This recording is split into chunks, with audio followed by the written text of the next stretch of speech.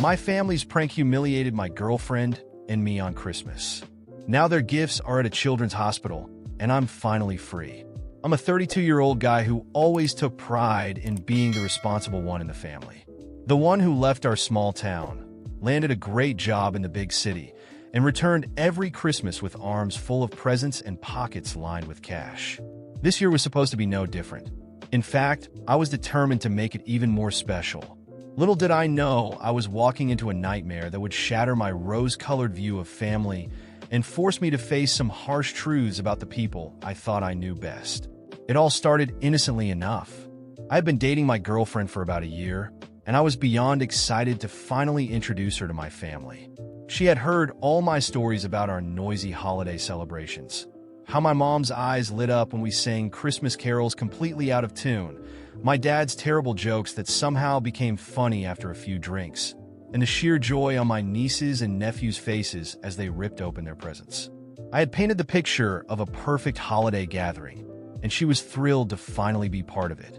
When we arrived at my parents' house, with its warmly glowing windows against the snowy backdrop, I felt an immense sense of pride. "Ready to meet the crew?" I asked, squeezing her hand. She nodded, a mix of excitement and nervousness playing across her face. "As ready as I'll ever be. Are you sure they'll like me?" I laughed and kissed her cheek. "They're going to love you. Trust me, by the end of the night, they'll probably like you more than they like me." If only I had known how true those words would turn out to be. At first, everything seemed perfect. My mom pulled my girlfriend into a warm hug, gushing over how beautiful she was. My dad cracked his classic "welcome to the madhouse" joke. My siblings and their partners greeted us warmly, while the kids darted around excitedly, eyeing the pile of gifts we'd brought. As we settled in, I noticed a few odd glances and whispered conversations that stopped abruptly when I approached. But I brushed it off, too happy to be home and showing off my amazing girlfriend. Dinner was lively, filled with catching up and light teasing. My girlfriend charmed everyone with her quick wit and genuine interest in their stories. I couldn't have been prouder, thinking how perfectly she fit into my family's dynamic. But after the meal, as we gathered in the living room for the gift exchange, things started to get strange. Before we start opening presents, my older sister announced with an odd sparkle in her eye, "We thought it'd be fun to play a little game." I should have sensed something was off from the way the adults exchanged knowing looks while the kids buzzed with barely contained excitement. But I was caught up in the holiday spirit, maybe with one glass of wine too many. Sure, why not? I agreed easily. "What kind of game?" My brother-in-law appeared with a small box, grinning widely. "It's a trust exercise," he explained. "You and your lovely girlfriend will be blindfolded, and we'll guide you through a few simple tasks. It's all about building connection and having a laugh." Looking back, I can't believe how naive I was. But in that moment, surrounded by the people I trusted most, I didn't think to question it. "Sounds fun, right?" I turned to my girlfriend, who hesitated but nodded. "I guess so," she said, clearly uneasy but not wanting to seem like a bad sport. As they tied the blindfolds around our eyes, I heard muffled giggles and whispers. My stomach tightened slightly, but I ignored it. This was my family, after all. What could go wrong? The game started innocently enough. They had us touch objects and guess what they were. But things soon got weird. I was made to stick my hand into something cold and slimy, while my girlfriend bit into what she thought was an apple, but turned out to be an onion. I began to protest, but they insisted it was all in good fun. "Oh, come on, don't be such a spoilsport," my younger brother teased. "It's just a harmless prank." But it didn't stop there. They made us spin in circles until we were dizzy, then tried to make us walk straight lines. They soaked us with water balloons, claiming it was snow we had to dodge. At one point, I distinctly heard the buzz of a razor near my head, followed by a gasp from my girlfriend.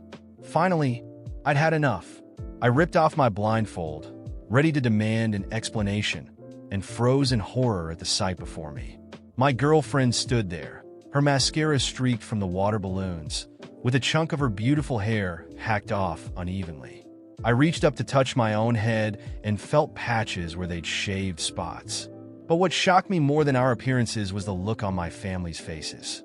They were laughing. Not the lighthearted laughter of a silly joke, but cruel, mocking laughter that sent chills down my spine. What the hell is wrong with you people? I shouted, rushing to comfort my girlfriend, who was visibly shaken. My mom, wiping tears of laughter from her eyes, had the audacity to say, "Oh, sweetheart, it was just a little fun. Don't take it so seriously." "Fun?" I stammered, unable to believe her. "You call humiliating us fun?" My dad chimed in dismissively. "Come on, son. It's just a prank. We do this to all the newcomers. It's tradition." I looked around, hoping to find at least one sympathetic face. Instead, I saw smirks and eye rolls. Even the kids thought it was hilarious. That's when it hit me. This wasn't an isolated moment of cruelty. This was who they were, who they had always been, and I had been too blind to see it. The next day, I donated all the gifts I'd brought to a children's hospital. The next day, I woke up feeling empty, a mix of anger and sadness burning deep in my chest. My girlfriend was still lying next to me, asleep, but her face was swollen from all the crying. The night before, after we left my parents' house, she barely spoke a word. She just sat silently in the car, staring out the window as tears streamed down her face.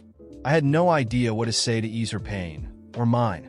I got up quietly, trying not to wake her, and went to the hotel kitchen. I made a strong cup of coffee and sat at the table, staring at the pile of gift bags I had brought for my family. Each box, each neatly wrapped package, represented the time, money, and thought I had poured into people who just the night before had shown me exactly how little I truly meant to them. With every sip of coffee, my anger grew. I replayed their laughter in my head, their pathetic excuses about tradition, and the shattered look on my girlfriend's face as she clutched the uneven chunks of her cut hair. I couldn't let this go. I couldn't let this be written off as just a joke. They had humiliated the woman I loved and made me feel like a complete fool for believing, for years, that my presence in that house mattered. While she still slept, I made a decision. I grabbed my phone and started searching for the address of a nearby children's hospital. There was no way I was letting those gifts go to the people who had done this to us. Those presents wouldn't sit under their tree, wouldn't be opened with fake smiles and hollow thank yous. They would go to kids who truly deserve something special this Christmas, not to people who turned the holiday into a spectacle of cruelty. I loaded the bags into the car silently and drove to the hospital. The nurse at the reception desk looked surprised when I explained that I wanted to donate all those gifts, but her warm, sincere smile gave me a small sense of relief. As I walked out, I felt like I had taken the first step toward freeing myself from that toxic family. When I got back to the hotel, my girlfriend was awake. I told her what I had done, and she just nodded, as though she knew I needed to do it. But even so, there was a distance in her eyes that worried me. I knew that experience had left a scar between us, one I wasn't sure I could heal. I decided I needed to confront my family, not for them, but for me. I picked up the phone and called my mother. She answered in an upbeat tone, likely assuming I had gotten over everything and was ready to move on from the night before. "Don't you feel ashamed about what you did?" I asked, cutting off any attempt at small talk. "What are you talking about, sweetheart? It was just a little joke. You're blowing this out of proportion." "A joke?" My voice was louder than I expected. "You humiliated my girlfriend, cut her hair, shaved patches of mine, and laughed like it was the funniest thing in the world. You call that a tradition?" She sighed, as if I were being unreasonable. "Oh, honey, you're taking this way too seriously." Everyone laughed. It was a fun night. Fun for who? For you? Because for us, it was a nightmare. My anger was boiling over now, and I could barely control the words spilling out. I've spent years trying to be the perfect son, bringing gifts, supporting all of you.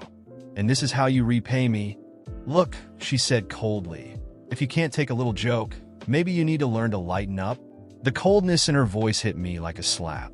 I hung up before I said something I couldn't take back. But I wasn't done. I called my sister, the mastermind behind that joke.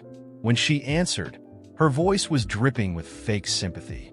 "Oh, hey bro, are you still upset about last night? It was just a little fun. Don't be like this." "Fun? You destroyed my girlfriend's hair, and I had to watch you all laugh at her while she tried not to cry. What is wrong with you?" She chuckled, as though I were the one being unreasonable. "Oh, come on. Everyone goes through it. It's tradition, remember? When our other sister's husband joined the family, we did the same thing to him. He laughed it off and got over it. Maybe he laughed because he knew he didn't have a choice. I snapped. I do. And my choice is to never let any of you treat me or the people I love like that again. I hung up and, for the first time in years, felt like I had taken control of my life. I wasn't going back to that house. Not this Christmas. Not ever again. My family had made their choice when they treated me as the target of their cruel jokes. And now I was making mine. I chose my girlfriend. I chose respect. I chose freedom. That night, as we sat quietly in the hotel room having dinner, she finally smiled for the first time since the incident. And at that moment, I knew I was truly free from the weight of trying to please people who never really cared about me. After that disastrous Christmas, my decision was made. My girlfriend and I would no longer subject ourselves to my family's toxic dynamics. After confronting my mom and sister, it became clear that they would never admit they'd done anything wrong. For them, it was easier to label me as too sensitive than to acknowledge that their behavior had crossed every possible line. At first, it hurt deeply. I had always been the kind of person who tried to keep the peace, who believed in the value of family above all else.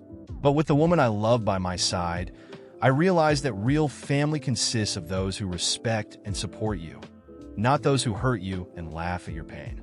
The following weeks were tough. My mom called me a few times, always with that condescending tone, insisting that I was overreacting. "Are you really going to let one silly Christmas ruin our family?" she would say, as if the responsibility was mine. I refused to engage. My sister, on the other hand, went even further. She started spreading rumors among relatives and mutual acquaintances, claiming that I was ungrateful, that I thought I was better than everyone because I had left the small town and built a different life.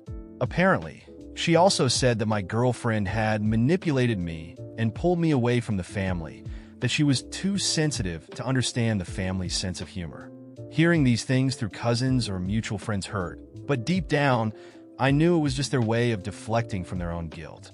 My girlfriend and I talked a lot about it.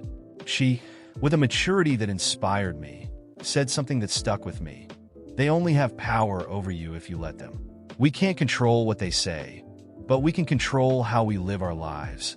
With that in mind, we decided we wouldn't waste another ounce of energy on their negativity. If they wanted to talk about us, so be it. We were moving forward, and that's exactly what we did. We decided to focus on our relationship and the things that truly made us happy. At the start of the year, we planned our first big trip together. We chose Europe, a dream we had both shared for years. We spent weeks researching itineraries, booking accommodations, and daydreaming about the places we would visit. When we finally boarded the plane, it felt like we were leaving all the weight of those bad memories behind. We visited Paris, where we strolled hand in hand down the Champs-Élysées and had picnics with wine and cheese by the Seine.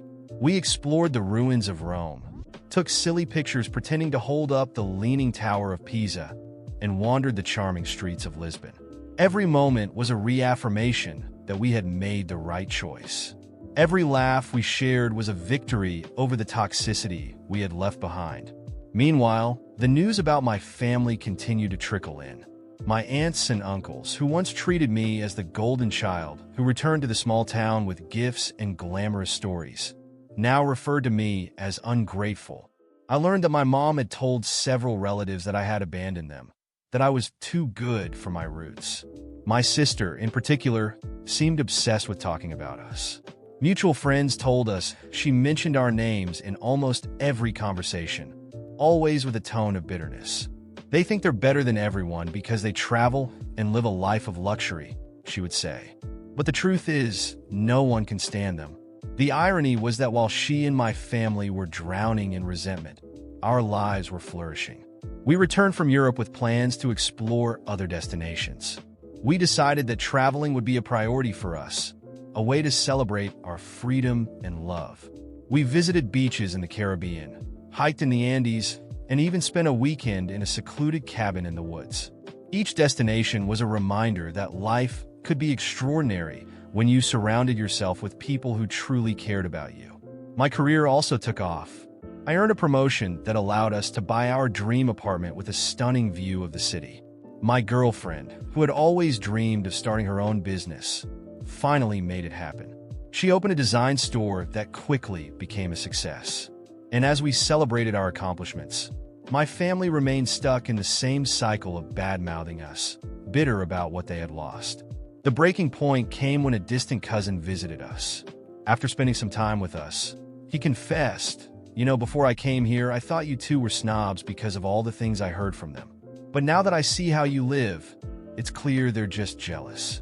You're happy, and that's something they can't handle." He was right. There was nothing we could do to change how they felt or what they said. But the truth was we didn't need to. Our happiness spoke for itself.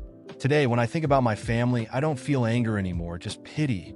They could have chosen to be part of our lives, to share in our joy and success. Instead, they chose to feed their resentment and lies. And while they remain stuck in that cycle, we continue to build a life full of love, respect, and adventure. With every new trip, with every step we take together, it becomes clearer that leaving them behind was the best decision we ever made.